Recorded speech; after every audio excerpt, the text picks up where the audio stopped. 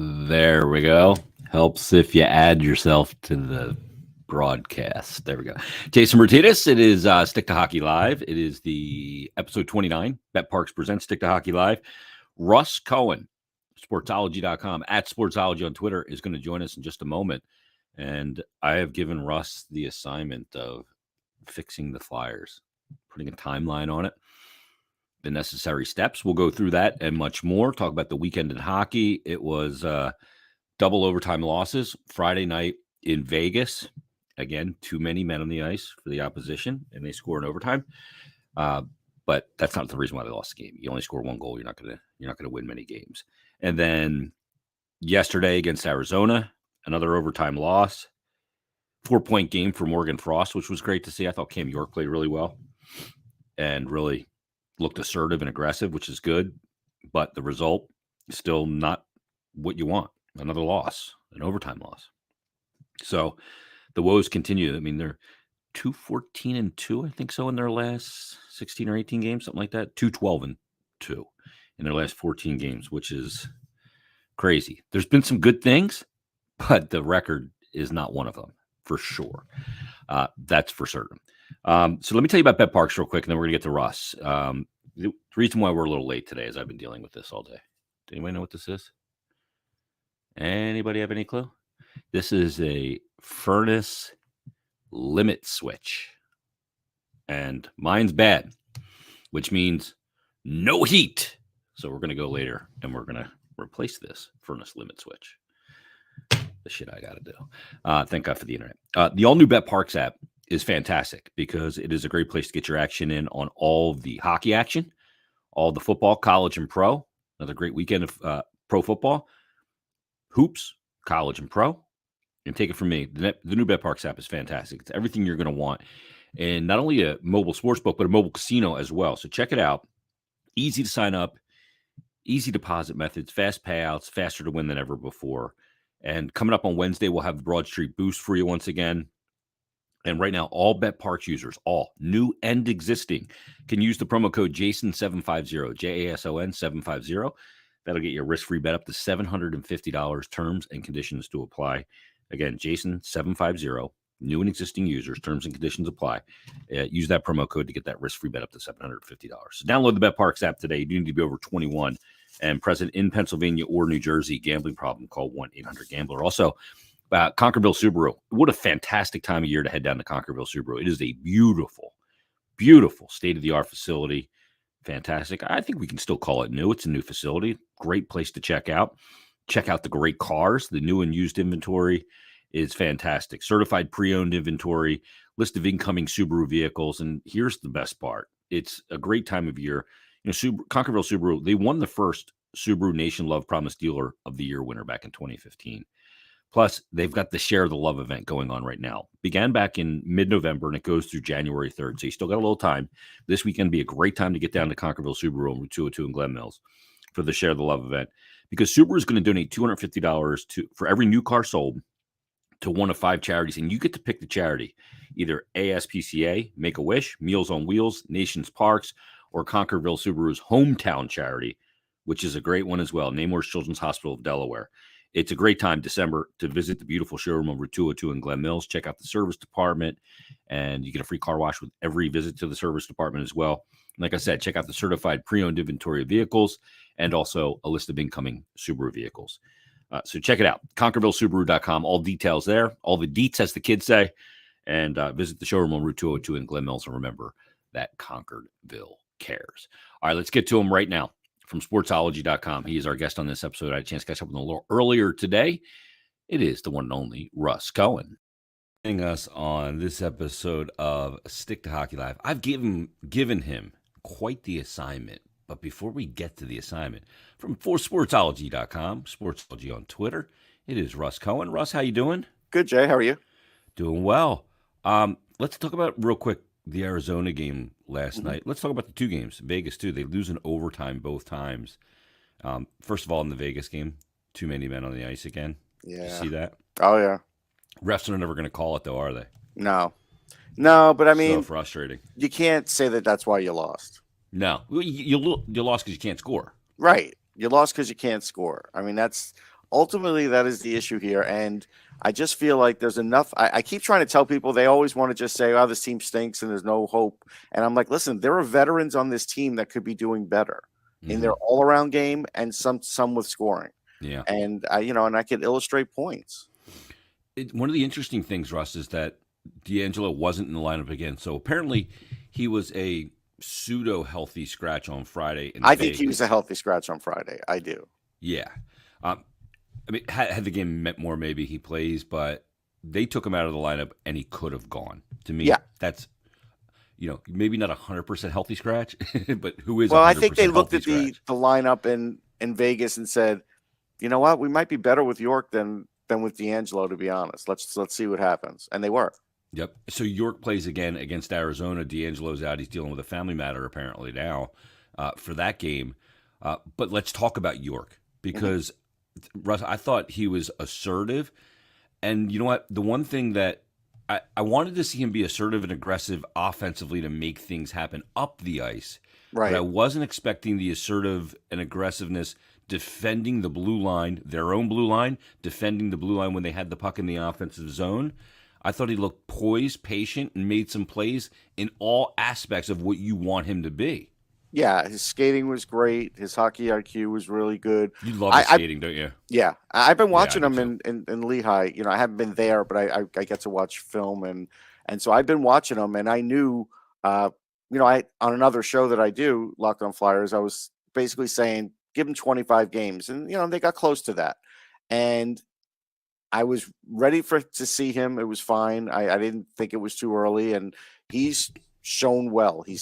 I was not surprised that he was defending well and being more assertive and being better along the wall because he had to be. Like, that was what I felt like the coaching staff told him he had to practice in Lehigh, and he did.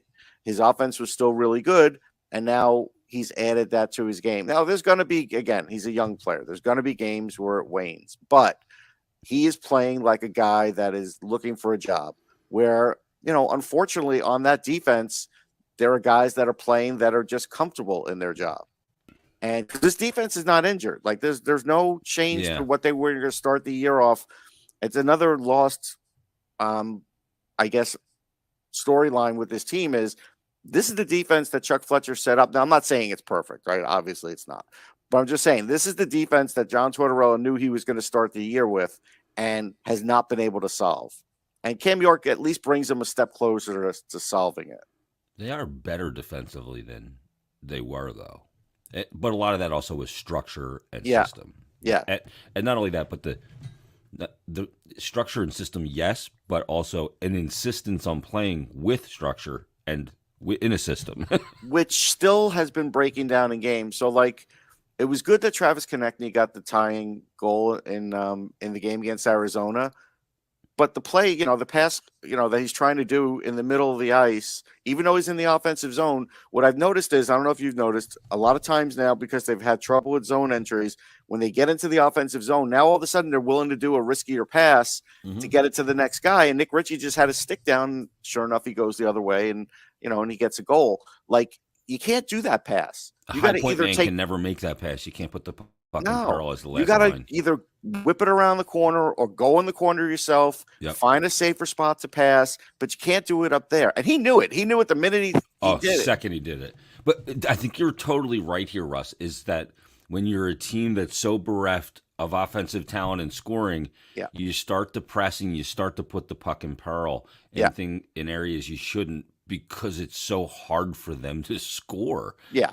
It's like Friday's game against Vegas was another one where I wanted to pluck my eyelashes off my head because it's the third time this year where Hayes has been on the ice and really cost them in overtime. Yeah. You cannot on a rush opportunity in 3-on-3 I call it an equal number situation.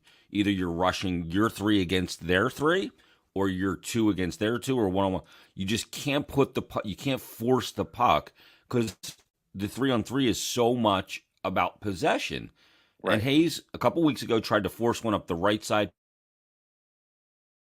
over, and this time he tries to force the left side, and it's such an easy read, right? Yeah. And this time he tries to force it to the left side. He tried to back check, but you're never going to back check your way out of the mistake. No. Now, if we get to overtime, which they're defeated in this year, they haven't won in overtime. I'm done. I'm seeing Kevin Hayes in overtime. Done. He doesn't play overtime for me anymore. I don't ever want to see two defensemen again, because here's the thing with two defensemen. You're basically now telling the other team, we're going to play this sort of low and slow. And that's not to say Sanheim can't skate, and obviously York can, but then you start putting Risto out there, and so they're basically saying, listen, we're going to play this really slow, and we're going to try not to make a mistake. Well, when you do that, and the other team has two forwards, and you see like Schmaltz and Keller, when they eventually get the puck and they decide, hey, we could just win this ourselves. That's what they did. And that's why you can't go unless one of your two defensemen is Erik Karlsson, you can't do it. Well, the crazy part is, they've tried. I think this is Torts throwing anything at the wall, because it was throwing spaghetti at the wall. Yeah. So I think that's the situation. And the weird thing is, though, Russ, is he goes, I hate the 2D too. I prefer 3 forwards over 2D and one. If you had a really good defensive forward, which this team is kind of like, Noah Cates might be the best, but I wouldn't do it. I don't even know if I would feel okay, with like a Lawton back there. Right. Because I don't know that he can defend a rush opportunity moving backwards. Right. So I don't love that. But, the 2 games where he did put the 2D and went forward out there, they dominated the overtime. They didn't score. No, but that's the thing. Yeah. Yes, they dominated in a very safe way. But the minute they started losing scoring chances, like York had a great scoring York had a chance. great one. That was no his question. Skating coming out. But of the he corner. would be out there anyhow in my 3-on-3, so it doesn't matter. He starts it. Right. He starts it. So, but the point is, once they lost possession, like after they had that really good long possession, they weren't getting it back. Yeah. Some of the other games, they never even got possession. The Washington game, they lost on the 23rd. Yeah. The 3-2. They never touched the puck in that overtime. No. Look, I mean, you got to judge this team on what they are, and here's the deal: is they don't have any high end talent, and it's really hard to play this game, score in the game, and win games with that combination if you don't have any high end talent. Well, they do have some high end talent. I mean, Travis Konecny is a high end talent. Farabee should be, but he's coming off really struggling. Yeah. Kevin Hayes is more than a point a game. You have to call him, at least on offense, a high end talent. His complete game. But high end talent. My thing about high end talent is this: when the guy jumps over the boards, does he scare the opposition? Oh, okay. No, they don't have anybody. Yeah. Konecny might be the only one where you say, all right, we got to watch out for him. But yeah, because he can go down the ice.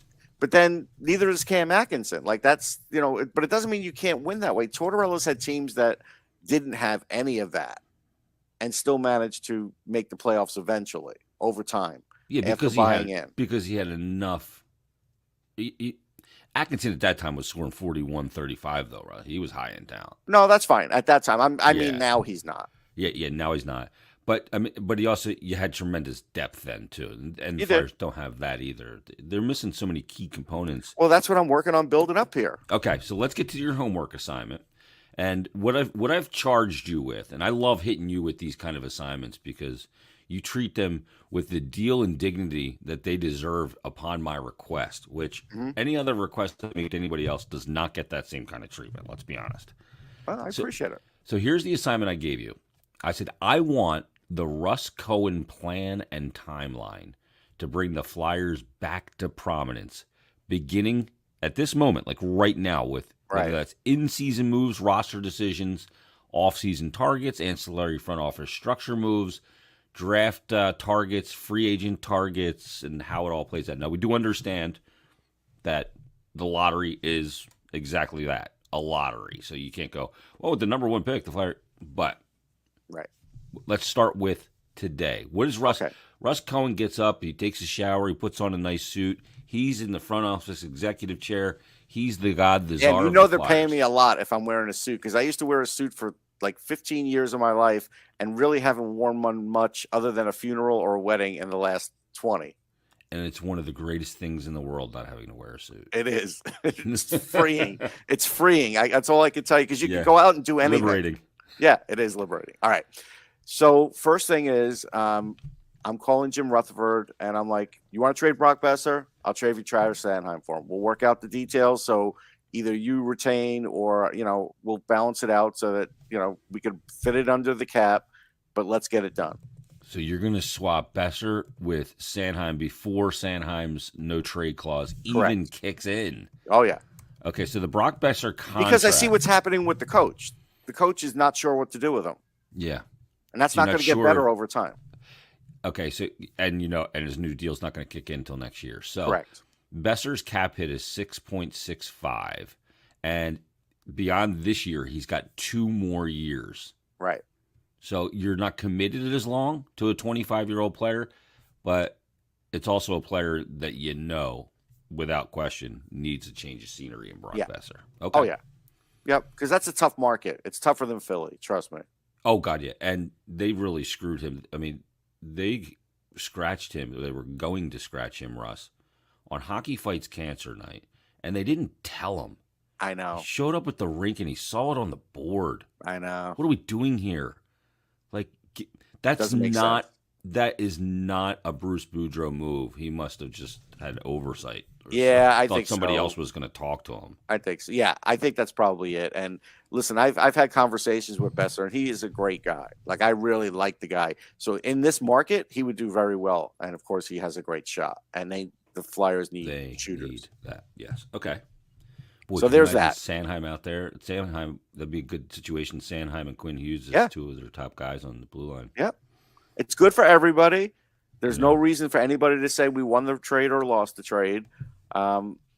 It's all doable. And Jim Rutherford would make a deal like that in season. Absolutely. Yeah. So now, and I brought up York, and he's replacing him on the left side. Okay. So, I mean, lefty so you for have lefty. your succession plan on the left side. Yeah. And whether he starts on second pair or third pair, we'll see how Cam York does. You work it around that. Okay. But now at least I've got another scorer on the team, which I need. And I have him for the next couple of years, which I need. So, and if he hits a home run, you extend him after the 2 more years. After the first year, I'm extending him. Yeah, as soon as you can. So, all right. So that's that. So then we go to the draft, because the draft happens. And sadly, for a team that really wanted to bulk up for the 2023, they bulked up in the 3rd round, but not in the 2nd. Puckpedia says they have 2 3rd-round picks and a 1st, but no 2nd. Because they traded away Ristolainen and who was the other deal? I forget the other deal, but they traded them away. Okay, so first pick. You're not getting Connor Bedard. Like, you just have to realize you're not getting him. So then, if you're not getting Bedard, let's say you're not getting Fantilli, but let's say you are somewhere between 3 and 5. Okay, so now, what are the odds that this Flyers regime would take Michkov knowing it would take 3 years to get him here, and he's a smaller guy, he's a super skilled guy. I think those odds are low because they want. But it's very low. I don't even think they would consider it. That's how bad it is. I would consider it if he's still on the board. If I'm there 3, 4, 5, I have to take him first. I do. And every year I ask him, "Hey, you want to come over?"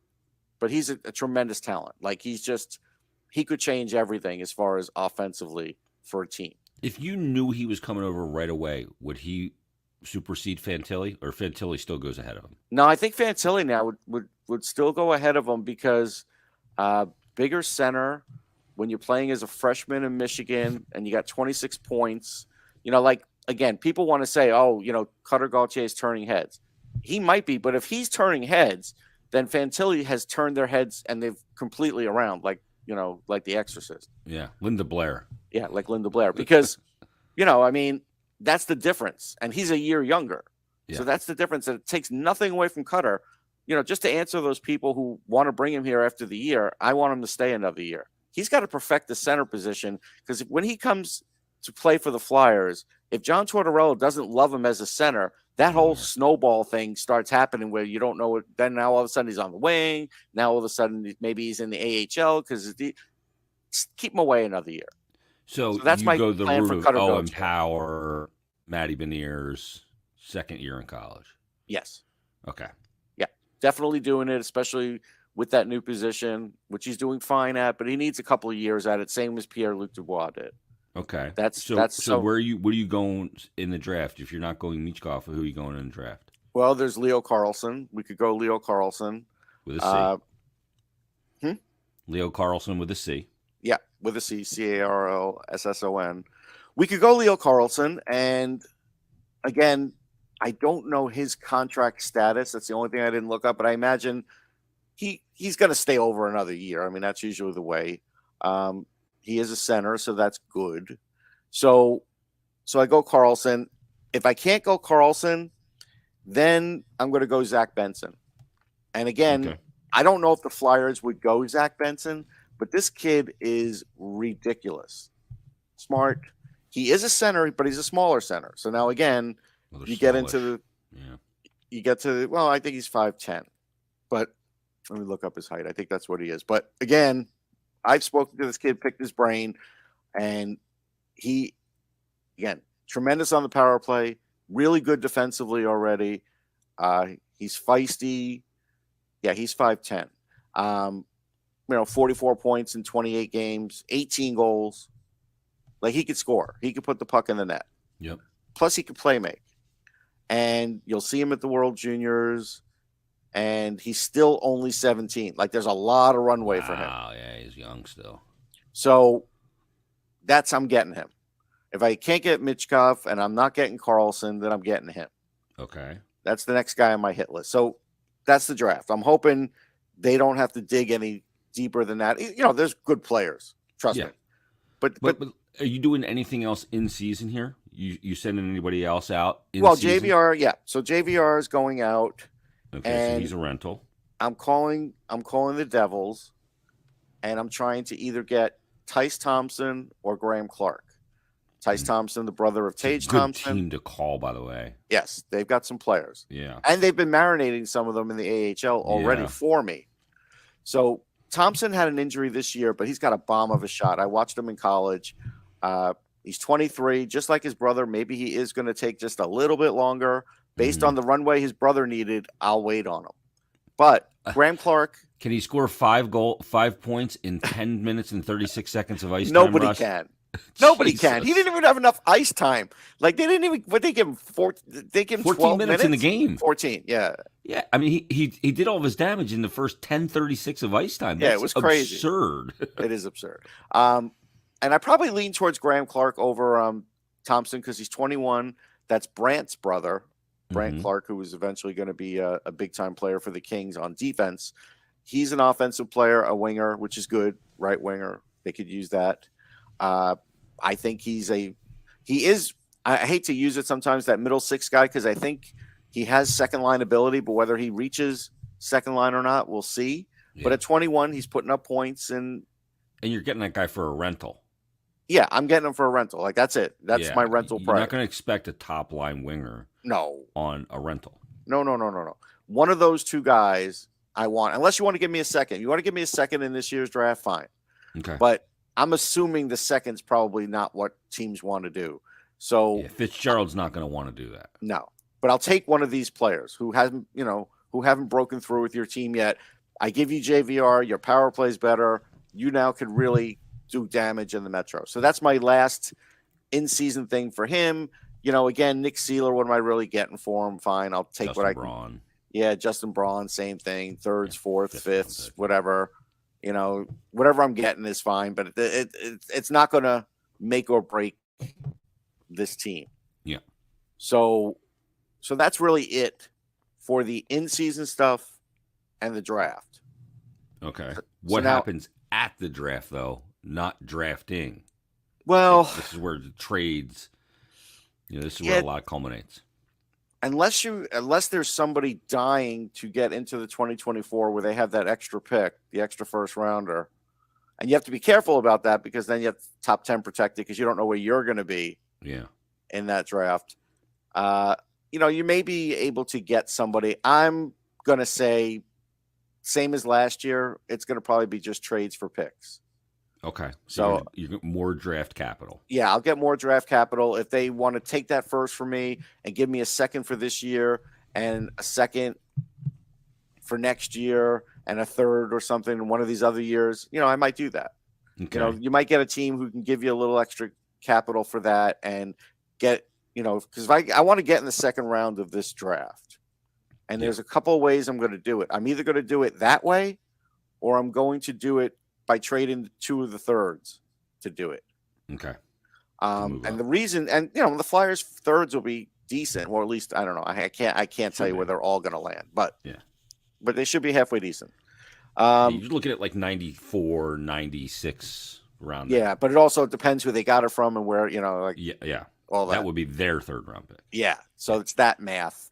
All right, what happens with guys like Provorov, Konechny, Kevin Hayes, beyond 82 games under John Tortorella, Cam Atkinson? Are they all still here? Well, Cam Atkinson actually has to play, so he's not even in a conversation because I can't do anything with a guy that can't play. So Cam Atkinson can't do anything with. Konechny he's been good, so I'm going to hold on to him. Yep.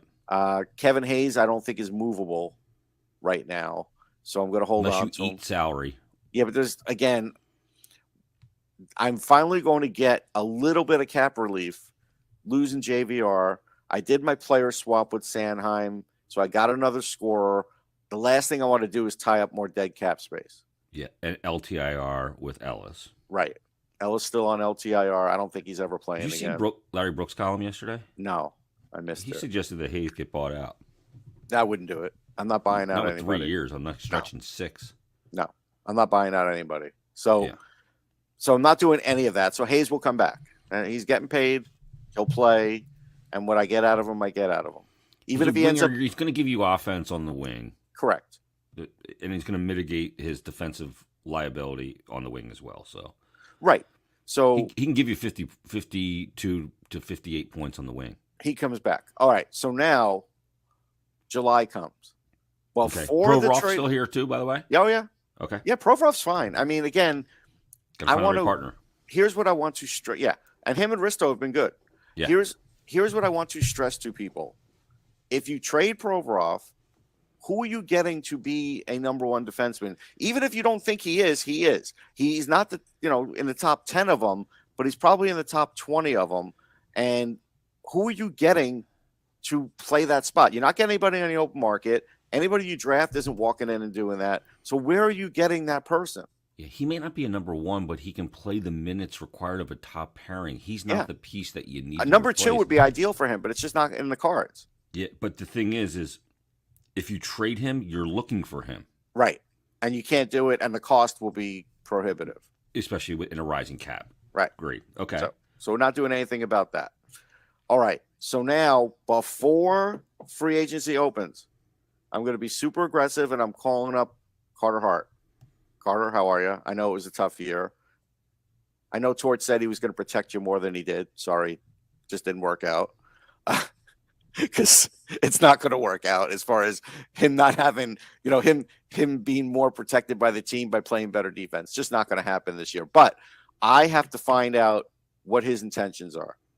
If I give you a number now, do you want to start negotiating with me and be the franchise, goalie here for, to the end of time, or you're not sure? If he's not sure, then I have to trade him. Okay. And I might as well just trade him now. You don't want to trade him. I don't know. I'm trying to. But it all depends on what kind of intel you can get on future commitment. Correct. So his deal now, he's got 1 year after this. So he's in that negotiation window of 3.9. He signed that 3-year bridge contract. He's not going to be a free agent. He's still going to be. He'll have a year of RFA for somebody. Yeah. Yes. Okay. He's the one guy that I know right now I want to move forward with. But also, what are you going to pay him? It's an interesting contract negotiation, Russ, because the numbers are not going to be eye-popping statistical numbers because of his environment the last 3 years. True. But his and we value know the cap is going number to be higher than that. Right. His value will be higher. We know the cap number is going to go up a bit. Nobody's paying 10 million for a goalie anymore, so I'm not paying 10 million for a goalie. That's not happening. You find it 6.75? 6.5 was the number in my head originally. 6.5 by 8. I'll give it to you. Okay. Even if I don't want to hear it from anybody. What if he doesn't play the last 2 years of the? I don't care. Yeah, I can't worry about that. I'm not. I mean, he's 24 years old right now. Right. But but injuries, anything could happen. Sure. But I'll give him. Yeah. But this is the guy I want to give the 8 to, and I want to tell him this is his spot now. Like nothing. You are solid as solid can be here. There's not going to be any effing around. Sandstrom will be a backup. After that, Urson will be a backup. I don't think either of those. I got to get a veteran here to be a backup. No, I don't have to. I could save on the cap. Those guys are good goalies. Why am I spending money on that? Yeah, I'm not spending money on that. There's a question mark there. You don't have to spend money on it. I mean, you're saving $200,000 by going with Sandstrom over a veteran. No, that's what I mean. But if I go out and do what you wanted to do, look at the Rangers. They got Yaro Halak. Was that worth it? No, he stinks. No, that's not worth it. But I pay a veteran 1.5. I'm not going out and get the right guy for 4. Yeah, I still would rather. I still would rather have the guys from within doing the job if I could, because it's also a good motivating thing. Plus, they're 2 good young goalies under control. Why am I messing with that? Yeah, but being a backup goalie, and if Hart's going to play 60-plus games, it's hard. You got to have a guy that knows he can succeed in the NHL. Yeah, but for next year, I don't care. Yeah, okay, for next year. Okay. That's all I'm talking about. I'm talking about now we're back on the same page. Because I can't have a season derailed by a goalie I'm not 100% sure. No, that's fine. But the season's going to be partially derailed anyhow. Mm-hmm. They're going to be better. All right, so Hart agrees to extend. Right. So that's it. So that solves that problem. Okay. So now we go into free agency. I'm calling up the agent of Vladislav Gavrikov, who expiring deal, played in Columbus with Torts, plays on the left side. So now that's you got your other left side guy if you want. Yep. If York's not quite ready, fine. Then he plays up higher. That's fine. Physical, good skater, can play the Torts way. So the contract, I got to look it up. I wrote it down. I'm giving him 3 years, $12 million. He's making like 4.2, but not really. He's only making like 2.8 on the cap. So that's my first offer. And then if they go higher, fine. I'll give you like 4.5, 4.75.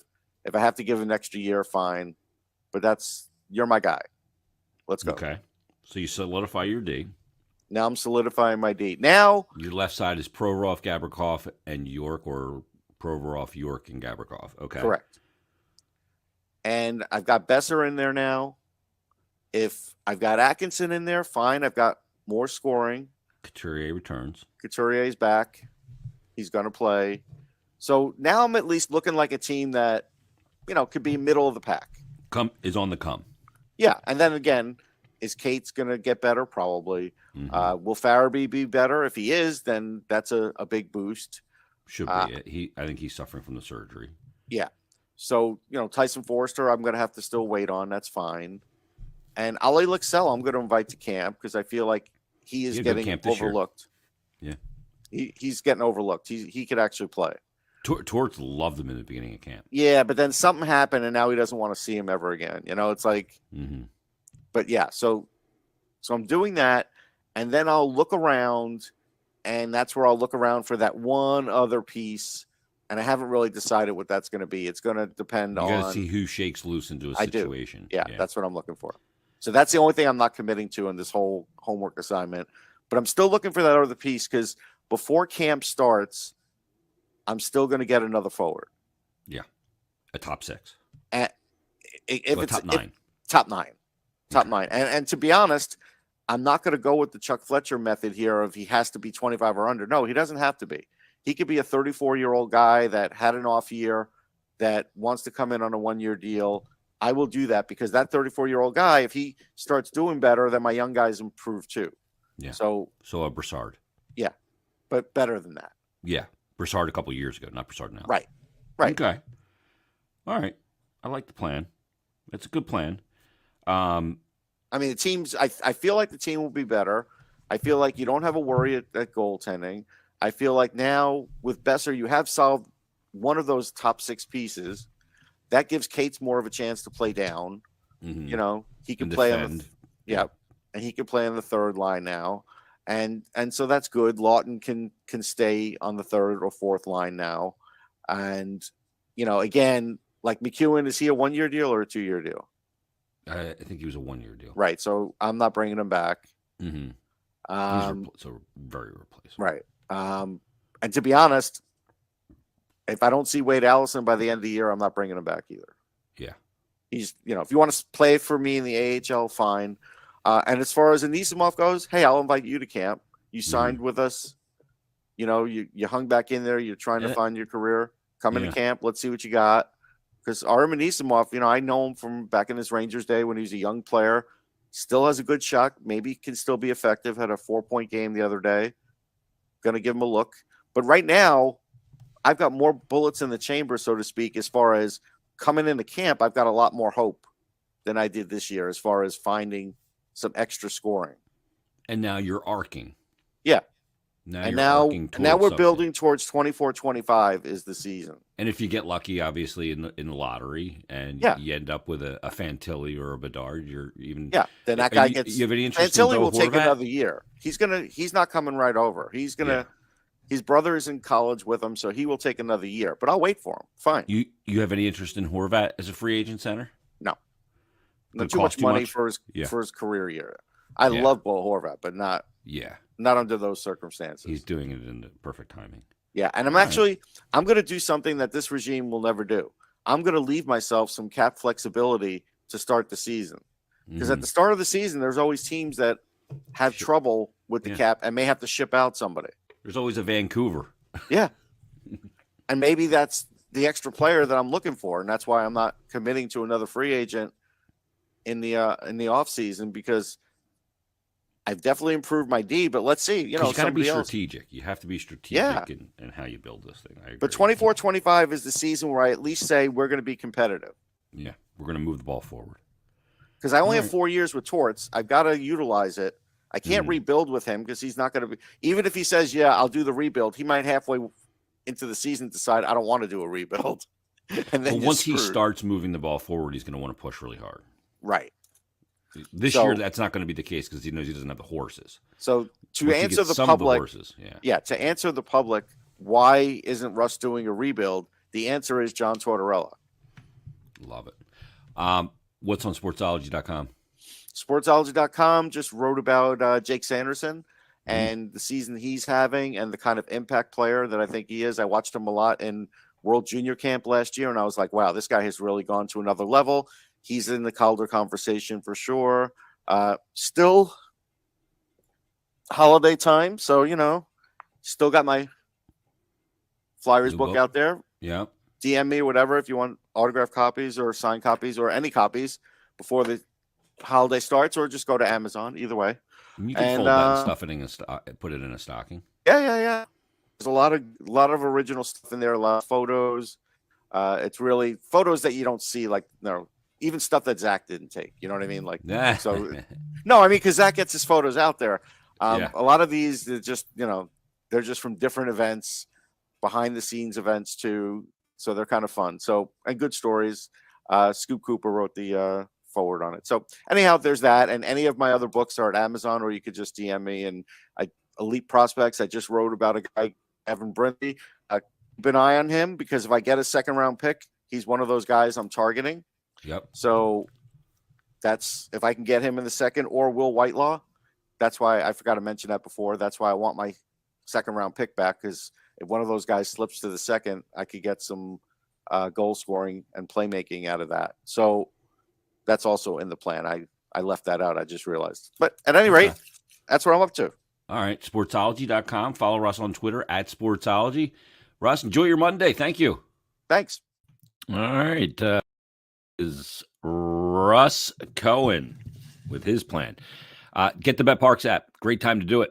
You can get all the hockey action, all the hoops, college and pro, all the football, college and pro, bowls coming up, and much more on the BetParx app. Download it, deposit, Easy deposit methods, fast payouts, easy to use, easy to navigate, same game parlays, live in-game betting, you name it. It's all there. Player performances, futures, teasers, parlays, straight bets. If you can bet it, it is on the BetParx app. So grab it today. And right now, new and existing users use the promo code Jason750. That'll get you a risk-free bet up to $750. Terms and conditions do apply. So grab the BetParx app today and download it, and you will not be disappointed. You do need to be over 21 and present in Pennsylvania or New Jersey. Gambling problem? Call 1-800-GAMBLER. We're back Wednesday. Another brand new episode of BetParx Presents number 30. BetParx Presents Stick to Hockey Live. Everybody, enjoy what is today, Monday. Enjoy your Monday. Enjoy your Tuesday. And we will talk to you Wednesday right here on BetParx Presents Stick to Hockey Live. Thanks, everybody.